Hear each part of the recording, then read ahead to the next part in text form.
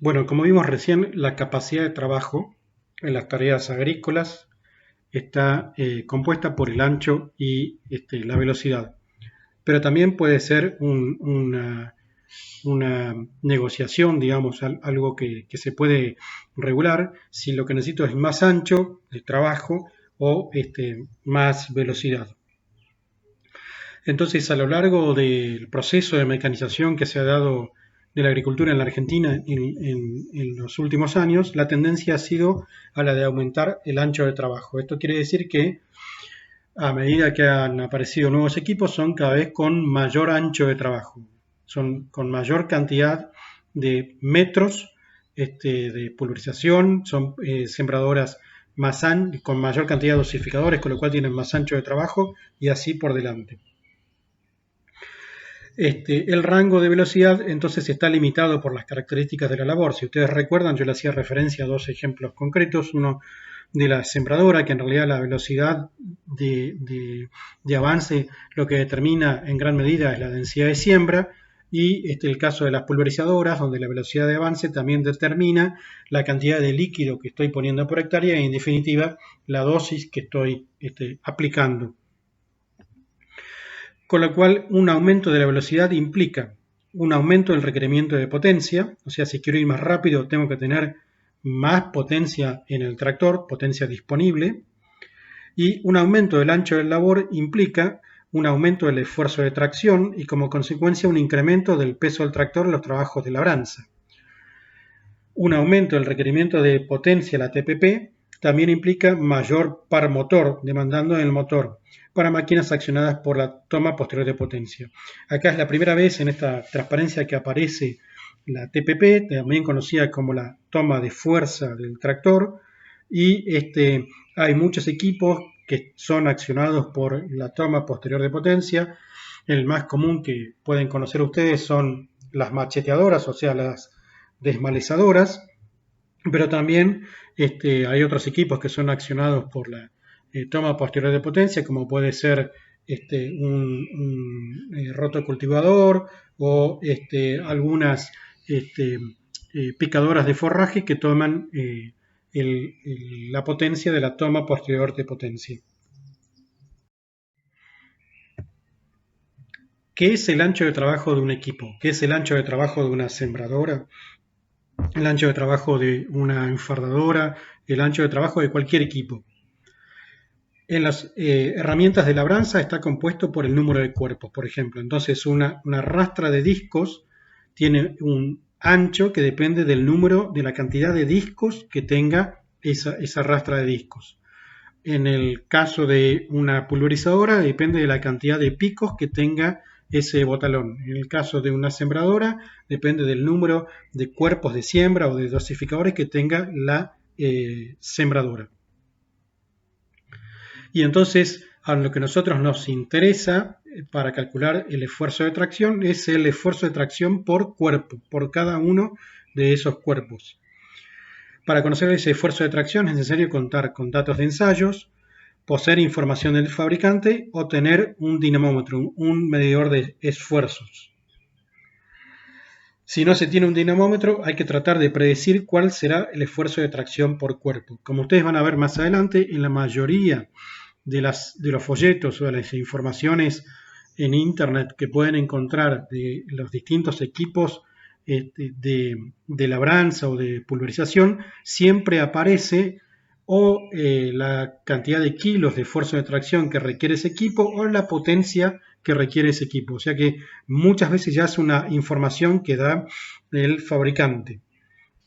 Pero también depende de cómo esté el suelo. Recordemos lo que dijimos hace un rato, que un suelo que viene de una pradera de 10 años es un suelo que tiene mucho más cohesión, que está mucho más compactado y entonces va a demandar más esfuerzo de tracción que un suelo que viene de una historia de 20 años de agricultura. Entonces ese suelo tiene menos cohesión, tiene menos estructura, los agregados están más rotos y entonces demanda menos esfuerzo de tracción. Y lo mismo con la humedad. Un suelo que esté muy húmedo demanda más esfuerzo de tracción y un suelo que esté menos húmedo demanda menos esfuerzo de tracción. Entonces, ¿cuáles son las dos situaciones más comunes cuando el conjunto no es armónico? Cuando no está bien compatibilizado, bien coordinado, la relación de potencia demandada y potencia ofertada entre el tractor y el implemento. La más común, la primera es que el tractor es demasiado grande para el equipo, que puede ser que me sobra potencia o que me sobra peso. Y la segunda es que el tractor es demasiado chico para el equipo, entonces o me falta potencia o me falta peso. Luego, entonces, en estas dos características podemos ver, por ejemplo, de qué pasa cuando tenemos un tractor grande o un equipo chico. Lo que puedo hacer para tratar de armonizar ese conjunto, por un lado, podría ser aumentar la velocidad de avance si la labor lo permite. Entonces, si el equipo es muy chico y me sobra potencia y si la labor lo permite, por ejemplo, para una disqueada, en vez de hacerla a 7 kilómetros por hora, yo podría hacerla a 10 o a 12 kilómetros por hora. Y entonces, si me sobra potencia, puedo aumentar la velocidad. Con lo cual puedo colocar una marcha más alta e ir más rápido. La otra alternativa es colocar una marcha más alta, pero disminuir el número de vueltas del motor. Si eso es posible, lo que estoy haciendo es bajando el consumo específico. Estoy bajando el consumo de combustible. Y otra relación que puedo hacer es que si el equipo es chico, puedo aumentar el ancho de trabajo.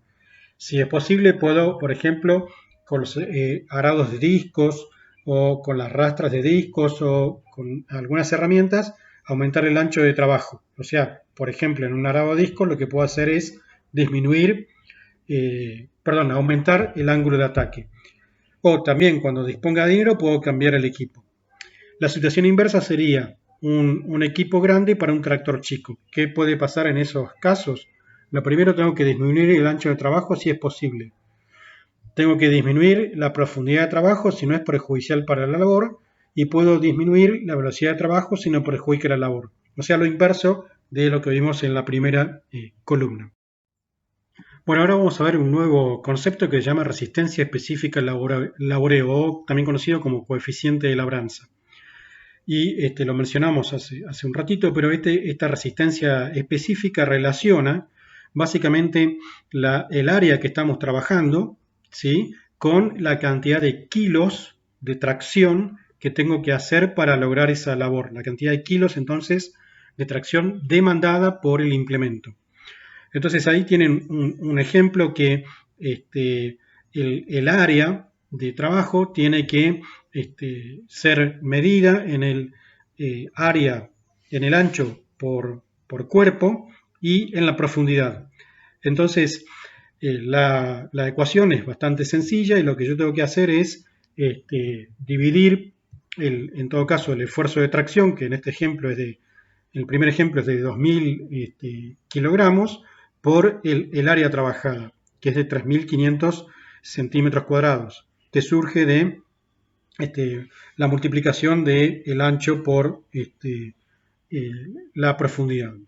Con lo cual, la resistencia específica depende del ancho, de la profundidad y de la tracción demandada. Con lo cual, lo que vamos a ver en esos dos ejemplos es cómo varía, si ustedes hacen las cuentas, la resistencia específica al variar la profundidad. En el primer ejemplo estamos trabajando a 20 centímetros y en el segundo ejemplo estamos trabajando a 15 centímetros, manteniendo el ancho de la labor. En el caso de disminuir de 0,2 metros a 0,15 metros, la demanda de tracción varía de 2.000 kilos a 1.500 kilos, con lo cual, fíjense, hagan las cuentas para saber cuál es la resistencia específica en cada caso. En el siguiente ejemplo tenemos, en vez de 5 cuerpos, tenemos 4 cuerpos. Cada uno de esos rectángulos es un cuerpo de arado, es un disco, es un arco de un cincel de un subsolador, es una representación gráfica. Y entonces pasamos de una profundidad de 20 centímetros a una profundidad de 15 centímetros, y ahí pasamos de una resistencia, de una tracción demandada de 1.600 kilos a 1.200 kilos, con lo cual también pueden hacer los cálculos de cuál sería la resistencia específica en cada caso.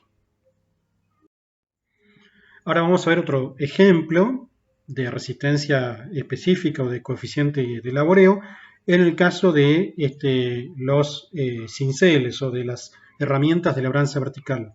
A diferencia de los arados de reja y vertedera o de los arados de discos, las herramientas de labranza vertical lo que producen como área trabajada es lo que se conoce como triángulo de ruptura, o sea, rompe el suelo en triángulos. Ya vamos a avanzar sobre esto cuando veamos estas herramientas de labranza. Pero generalmente estas herramientas de labranza se usan para solucionar problemas de compactación. Entonces, la profundidad a la que deben trabajar estas herramientas es aquella profundidad donde tengo una capa compactada. Las capas compactadas del suelo se suelen producir alrededor de lo que se llama el piso dorado. Que el piso dorado es un concepto bastante general, no es solo para los arados, pero es aquella profundidad a la que se suele labrar el suelo. Si durante 20 años un suelo fue labrado a 30 centímetros, es muy probable que a los 30 centímetros tengamos una capa compactada. Entonces, para producir la rotura de esa capa compactada, tengo que lograr que el cincel vaya por debajo de esos 30 centímetros. Entonces, ¿qué pasa? Yo puedo también calcular el esfuerzo de tracción por arco y, como les decía hace un rato, los cinceles y las herramientas de labranza vertical son herramientas que son de alto esfuerzo de tracción. Con lo cual, muchas veces lo que sucede en el campo, que es lo que está tratando de ejemplificar esta serie de gráficos ahí, es que cuando tratan de pasar el cincel o el subsolador por debajo de los 30 centímetros, no tienen suficiente potencia, no les da la tracción, porque el suelo demanda mucho esfuerzo de tracción. Y entonces, ¿qué es lo que hacen normalmente en el campo? Lo que tienen en la segunda figura, levantan el equipo. Cuando levantan el equipo, cuando van a menos profundidad, se produce eso, justamente no está siendo rota la capa compactada. La capa compactada está por debajo del triángulo de ruptura, con lo cual no estamos produciendo descompactación.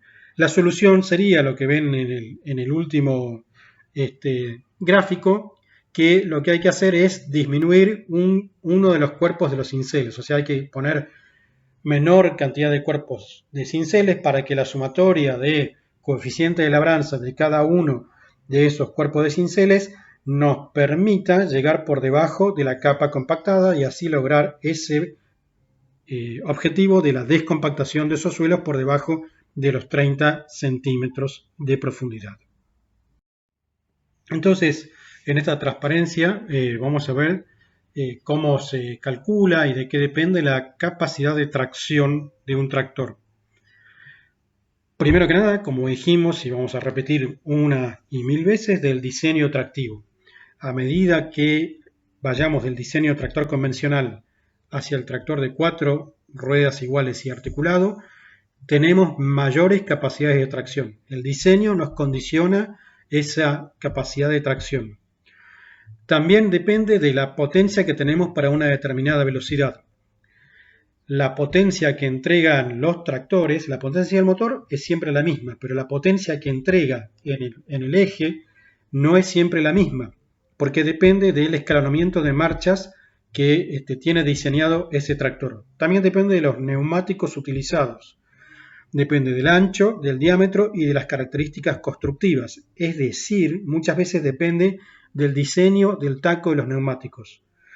Entonces, la tracción, la capacidad de tracción de un tractor, simbolizada en este caso por la T mayúscula, por la T grande, depende, se puede calcular en función, del peso adherente, QA, y del coeficiente de tracción.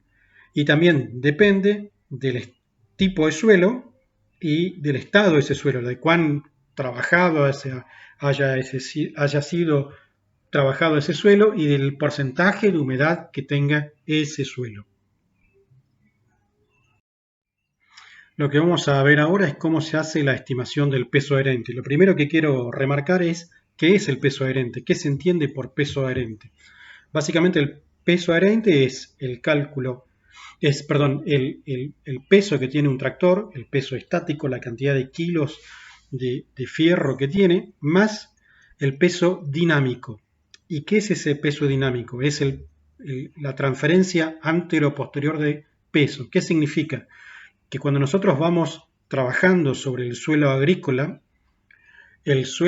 ofrece una resistencia al avance del apero que tengo atrás, de la herramienta de labranza que tengo atrás, y esa resistencia, como está enganchado por la barra de tiro o el sistema de 3 puntos, se transfiere al tractor y logra una carga dinámica sobre ese tractor. ¿Se entiende? Entonces, es el mismo ejemplo que uno va caminando y alguien le mete la pata, lo traba. Cuando lo traba, uno tiende a irse para adelante, ¿sí? Tiende a caerse hacia adelante. Por ejemplo, los que hayan jugado al fútbol, cuando van corriendo con la pelota y alguien los traba, tienden a caer hacia adelante. Ese fenómeno de caer hacia adelante no es ni más ni menos que el peso adherente, la transferencia de peso de la herramienta de labranza que tengo atrás hacia el tractor. Y eso hace entonces que el peso adherente siempre sea mayor que el peso estático. Nunca puede ser menor. El peso adherente siempre es mayor que el peso estático. Entonces, el cálculo del peso adherente depende, de nuevo, del diseño de tractor. Y depende también del tipo de vínculo, el tipo de enganche que tengamos, ¿sí? Entonces, de nuevo, para los tractores del tipo convencional, que ahí se simbolizan como 2WD, hay dos fórmulas, una de Luis Márquez y otra de SOS. Pueden usar cualquiera de las dos, pero la de SOS nos sirve para ejemplificar, para mostrar que cuando lo que vinculamos es un equipo de arrastre que está vinculado por la barra de tiro, la transferencia suele estar en el 25% de la demanda de tracción de ese equipo. Allí siempre la T es la T demandada, la T que demanda la herramienta de labranza que tengo enganchada atrás del tractor. Cuando el apero es semisuspendido, sube hasta el 45%, o sea 0,45. ¿Cuáles son los aperos semisuspendidos? Básicamente todas las herramientas de labranza vertical, cinceles y subsoladores. Y cuando el apero es suspendido, es lo mismo que un enganche con el sistema de 3 puntos. Esos son los enganches suspendidos. Y ahí la transferencia de peso va hasta 0,65. Para los tractores de doble tracción asistida, simbolizados aquí como FWA, y los de 4 ruedas iguales y articulados, simbolizados aquí como 4WD, el peso adherente se puede calcular como un 10% del peso total, o sea, 1,1 por QT, como en labranza primaria, y de 1 a 1,05 con las máquinas sembradoras y acoplados de 2 ejes. ¿Ok? Entonces, en general, el peso adherente lo que hace es aumentar el peso del tractor. Es una carga dinámica que se da solamente cuando está traccionando el tractor. Bueno, ¿cómo podemos predecir la capacidad de tracción de un tractor? ¿Cómo pueden ustedes calcular la capacidad de tracción de un tractor y, por ejemplo, hacer una recomendación de un mejor enganche para un productor o para un tractorista?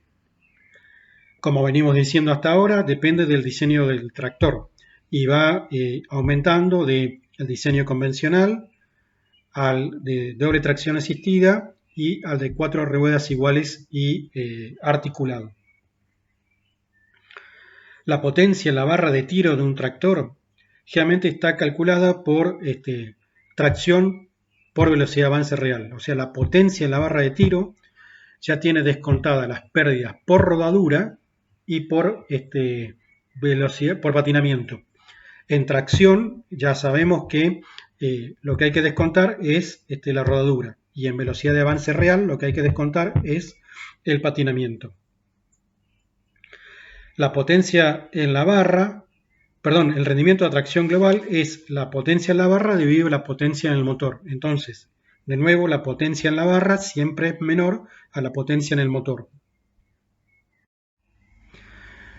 Las ecuaciones más básicas que vamos a usar es el rendimiento de la tracción global, que es la relación entre potencia barra y la potencia en el motor.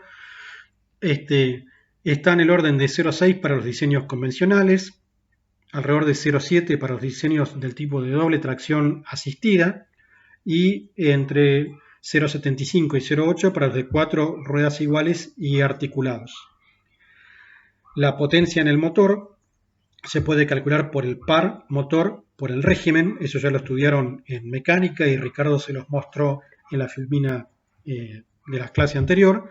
Y como vimos recién, la potencia en la barra se calcula por la tracción por la velocidad real de avance.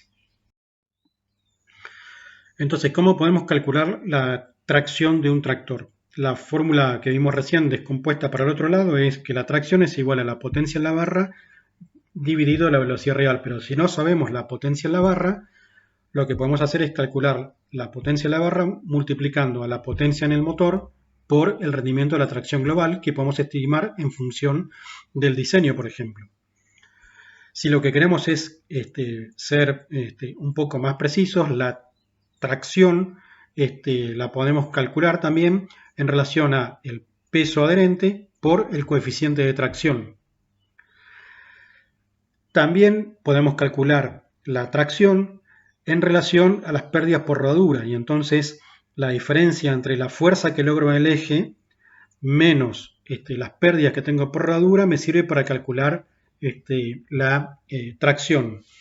La fuerza que tengo en el eje es la fuerza que puedo llevar desde el motor hasta el eje y eso es multiplicar el par motor en el motor por la relación de transmisión por el rendimiento de la transmisión dividido el radio, es decir, estoy descomponiendo el par motor para llegar a la fuerza en el eje. La rodadura se calcula en función al coeficiente K de rodadura. Y entonces para calcular la rodadura yo necesito saber el peso adherente, porque depende del peso estático más el peso dinámico. El coeficiente, las pérdidas por rodadura acá se pueden calcular con esa ecuación que está ahí, dividiendo 1,2 por Cn más 0,04. Cn es lo que se llama número de la rueda, pero también se pueden estimar en función de las condiciones del suelo.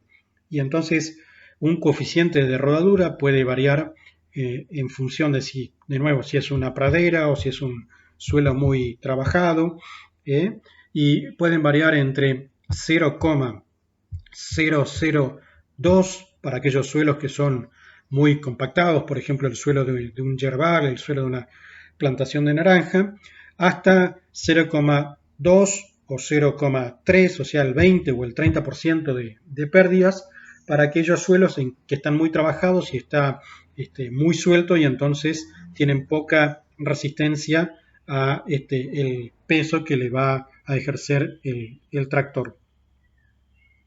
Luego ahí tienen calculada la tracción de un tractor como la fuerza menos la rodadura, y entonces está descompuesta las dos fórmulas que vimos antes, y también tienen calculada la velocidad real de avance por la velocidad teórica por un coeficiente de patinamiento. El coeficiente de patinamiento, que es la relación entre velocidad teórica y velocidad real, si no lo pueden medir, lo tienen que estimar. Y entonces también hay rangos que están descritos en los libros que tienen en la bibliografía para estimar el patinamiento en función del tipo de labor. Y entonces aquellas de labores como las labores primarias que tienen alto esfuerzo de tracción van a tener coeficientes de patinamiento más altos, llegando a valores, por ejemplo, del 30%, y aquellas tareas como la siembra o la pulverización que no tienen mucho esfuerzo de tracción, el patinamiento es muy pequeño, del orden del 5 al 7%. Entonces acá la primera fórmula que tienen igual a lo que es los cálculos que vimos hasta ahora, que dice que del lado izquierdo la potencia del motor por el coeficiente de tracción, por el rendimiento de tracción global debido a la velocidad real, es lo mismo que al peso adherente por el coeficiente de tracción. Es decir, en ambos lados de esa ecuación lo que están viendo es la tracción, calculada de una manera o de otra. Y entonces, en función de estas cuentas, podemos decir que podemos calcular la velocidad real multiplicando despejando de la fórmula de arriba, y también podemos calcular el peso adherente también despejando de la fórmula de arriba. Entonces, de nuevo, el rendimiento de la tracción global depende del diseño del tractor. Para un convencional está en el orden de 0,6, para un doble tracción asistida en el orden de 0,7 y en uno de 4 ruedas iguales puede llegar hasta 0,8. Bueno, en lo que queda de esta presentación vamos a presentar ahora un resumen conceptual de armonización de conjuntos y después vamos a hacer algunas preguntas frecuentes para tratar de encauzar un poco esto de resolver los problemas a partir de la clase que viene.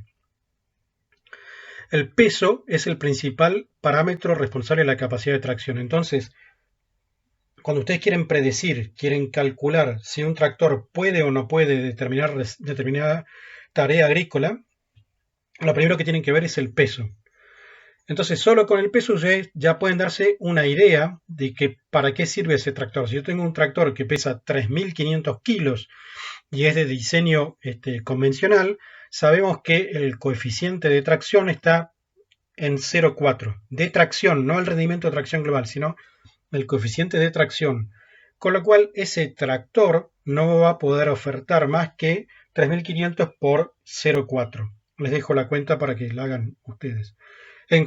Por el contrario, si es un tractor muy grande, muy pesado, del orden de 7.000 kilos, el doble, y es de diseño doble tracción asistida, va a poder ofertar 7.000 por 0,65, siendo 0,65 el coeficiente de tracción para ese tipo de diseño. Luego, los tractores tienen pérdidas variables de peso y de velocidad. Las pérdidas variables de peso se denominan rodadura y las de velocidad se denominan patinamiento.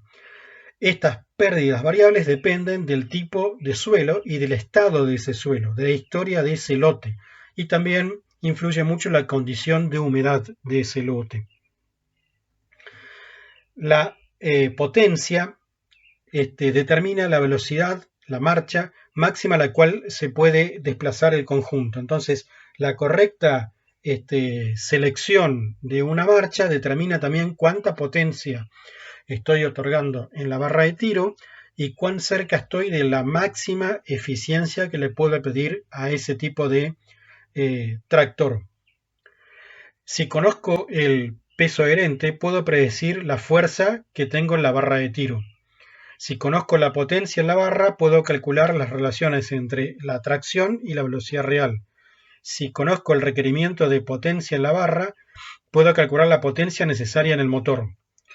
O también, si sé la potencia que me va a demandar el equipo, como les decía muchas veces, los equipos, los folletos o las informaciones del fabricante establecen más o menos un rango de potencia en el que tiene que trabajar, puedo en función de ese rango de potencia demandada que va a trabajar, saber cuán armónico va a ser el conjunto mirando la potencia que tengo en el tractor y haciendo la descomposición hasta la potencia en la barra.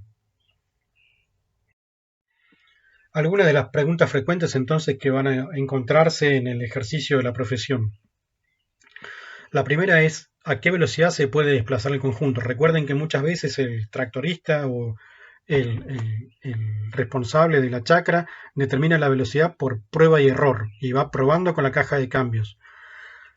Pero ustedes van a poder opinar respecto de cuál es la velocidad más adecuada para esa labor agrícola y cuál es la máxima velocidad que puede desarrollar ese tractor para ese implemento. Entonces, si la velocidad de avance del tractor alcanzará para su máxima eficiencia tractiva.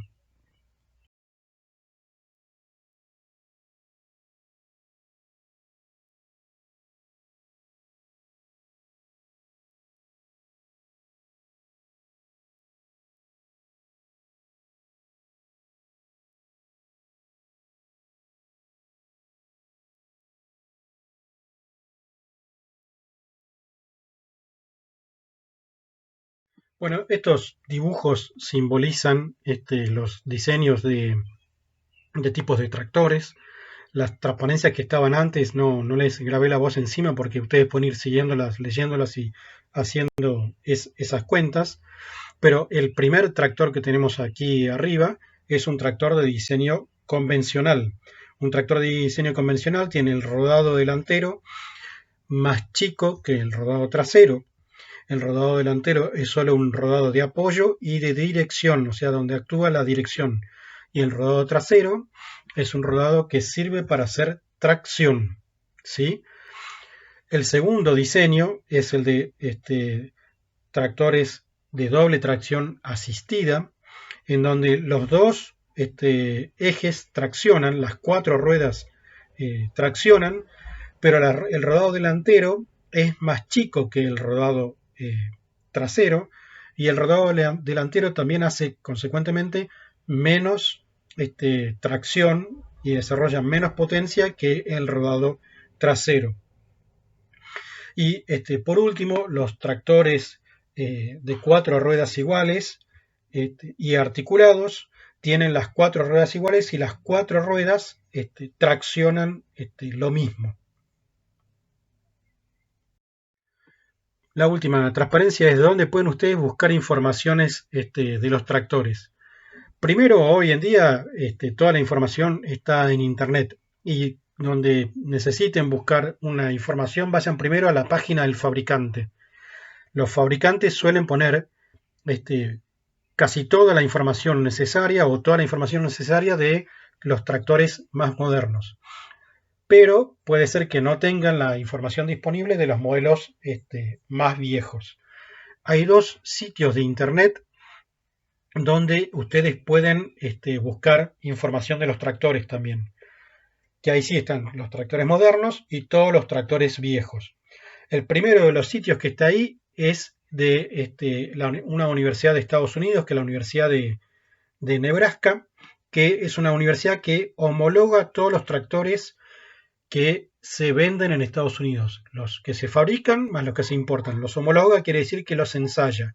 Y entonces tienen los datos de los ensayos de todos los tractores que hay dando vueltas por Estados Unidos. Y la segunda es una empresa privada también que se llama Tractor Data, que también reproduce gran parte de los ensayos que hace la Universidad de Nebraska, pero también tiene datos de los fabricantes. Con lo cual van a poder encontrar información de la mayoría de los tractores.